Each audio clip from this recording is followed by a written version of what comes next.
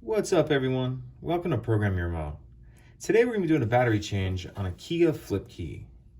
So what we're going to need to get started is our new battery. It takes a CR2032 battery, and then we're going to need a small flathead screwdriver. So the first thing we need to do is press the button and flip the key out. You're going to leave it out like that. Then we need to take this back cover off.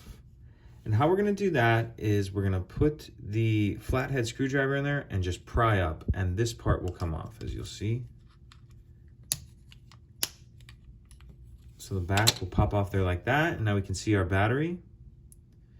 And we'll just use our screwdriver to help us get under the edge here. Get that out of there. Now take our new battery, and you're going to want to make sure to put that plus side up. Plus side up.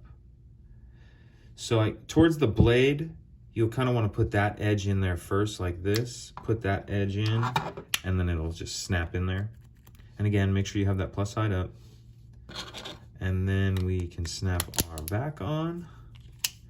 And that's it. You can see it's lighting up there. So pretty simple. If you have any questions, please let me know. If you could take a second to like and subscribe, it helps us out, and I'd appreciate it. Thank you.